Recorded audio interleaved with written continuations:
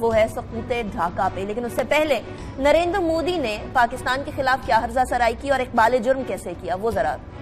ملاحظہ کریں۔ تو وہ لوگ تھے، وہ ایک ایک مکتی جوتا، آج یہاں مکتی جوتا یہاں بیٹھے ہیں، میں ان کو نمن کرتا ہوں اور ان کے ساتھ کندھے سے کندھا ملا کر کے ہندوستان کی فوج نے اپنا رکت بہایا۔ نریندر مودی نے اقبال جرم تو کر لیا، یہ بھی بتا دیا کہ بھارت کا پورا کردار تھا، یہ بھی بتا دیا کہ بھارت کے بغیر بنگلہ دیش کا بننا ممکن نہ تھا، اور یہ ظلم اور بربریت کس طریقے سے کی گئی یہ ہم لوگوں کی ہسٹری میں معلوم ہے۔ غضنفر صاحب،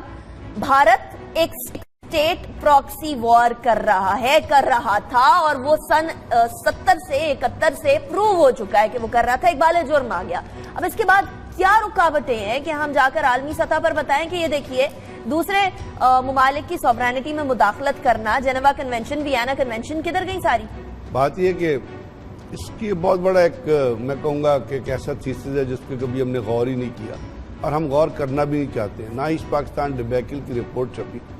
لیکن آج آپ کے اس چینل کے تعاون سے میں ایک اور چیز آپ کو بتانا چاہتا ہوں جو بڑی ضروری ہے، کیونکہ اپنا کاؤ تھا جس نے را کے ذریعے ایسٹ پاکستان کے اندر جتنی مداخلت ہوئی، جس کے اندر را کی انوالومنٹ تھی، جس طرح مجیب الرحمان غدار ان کی پے رول پہ تھا اور اس کے ساتھ بہت سارے ایسے اور لوگوں کو شامل کیا گیا اور اندرا گاندھی کی سربراہی میں ایک کمپلیٹ پلان بنایا گیا۔ اس وقت کاؤ نے ایک بلوچستان کے بارے میں بھی پلان بنایا تھا،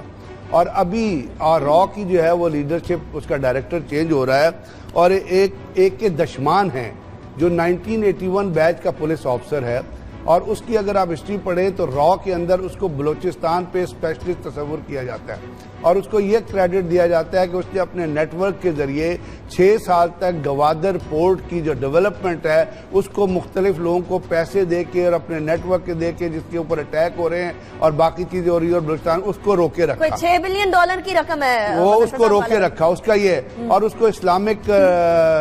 مطلب ہے تھنکنگ پہ اور اس کے ساتھ ساتھ ٹیررزم اور اسپریڈ آف ٹیررزم پہ اسپیشلسٹ تصور کیا جاتا ہے۔ اور جنوری میں 1 جنوری کو جب یہ پریزنٹ را چیف وہ کا جو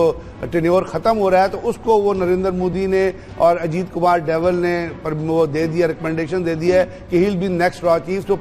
بلوچستان کے اندر آنے والے دنوں میں اور سیسیشن موومنٹ اور جو وہاں پہ ٹیررسٹ ایکٹیویٹیز ہیں وہ بھی بڑھیں گی، اور بلوچستان کا جو کاؤ کا پلان تھا جس کو اندرا گاندھی نے کہا تھا ہولڈ کرو، اس کو امپلیمنٹ کرنے کی کوشش کی جائے گی۔ ایک تو یہ چیز ہے جو ایسٹ پاکستان کے تناظر میں آ جا رہی ہے۔ دوسری، نریندر مودی نے تو یہ کہہ دیا نیقا کہ جی میں نے حصہ لیا، لیکن آج بھی پاکستان کے اندر ہمارے اپنے اندر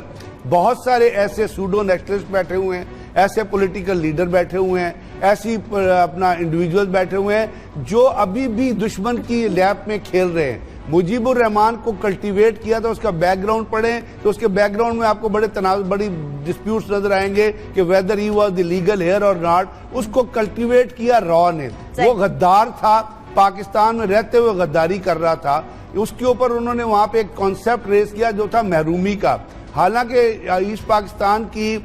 جب وجود میں آیا اس کے بعد وہاں پہ کیا ہوا، کرنافلی پیپر مل لگی، وہاں پہ آرڈننس فیکٹری بنی، بہت سارے ڈیولپمنٹ کے کام۔ ہاں وہاں کے اربن ایریاز تک، رورل ایریاز تک آپ نہیں گئے، جو آہستہ آہستہ آپ نے جانا تھا کیونکہ کتنا ٹائم ہی کتنا ہوا تھا، لیکن اس کو ایکسپلائٹ کیا انڈیا نے، اپنا وہاں پہ انہوں نے اکنامک ہولڈ قائم کیا، ایک کانسیپٹ، اور یہی چیز وہ ابھی کر رہے ہیں بلوچستان کے اور سندھ کے حوالے سے، یعنی وہ کنٹینیوٹی چلی آئی۔ ہمارے ہاں دکھ کی بات، سب سے بڑی دکھ کی بات یہ ہے کہ ہمارے کچھ ایسے انٹلیکچوئلز ہیں، کچھ ایسی این جی اوز ہیں، کچھ ایسے لوگ ہیں جو پاکستان کے خلاف بات کرنا اور مذہب کے خلاف بات کرنا جو ہے، پاکستانیت خلاف بات کرنا ایک کریڈٹ تصور ہے۔ تو آپ یہ یاد رکھیے آج ایسٹ پاکستان کی سیشن والے دن جب تک ان لوگوں کو جو ٹیلی ویژن پہ آ کے آپ کو اینٹی پاکستان لیکچر دیتے ہیں، کچھ یہاں سے عورتیں ہیں جو این جی او کی ہیں، جو انڈیا جاتی ہیں، بال ٹھاکرے کی گود میں بیٹھتی ہیں، وہاں مندروں میں وہ جلاتی ہیں، وہ یہاں پہ پاکستان کی یوتھ کو خراب کر رہی ہیں۔ تو جب تک اس قسم کے غداروں سے جو دنیا دشمن کے پیسے پہ کھیل رہے ہیں اور آج بھی کھیل رہے ہیں، جا کے یہاں پہ پولیٹیکل لیڈرشپ ہے، سشما سوراج کے اتنے لمبے وہ لوگ ہیں، اس کے پاؤں میں گھسرے ہوتے ہیں۔ یہاں وہی بات آگئی کہ گھر کا بیٹی لنکا ڈھاتا ہے، اس کے علاوہ کچھ نہیں ہو سکتا، باہر کا کوئی شخص جب تک اندر کچھ نہ ہو تب تک کچھ بگاڑ نہیں سکتا۔ لیکن خاور صاحب آج 45 سال بیت گئے اور ان 45 سالوں کے بعد ہماری تو دعا یہ ہے کہ بنگلہ دیش آگے بڑھے اور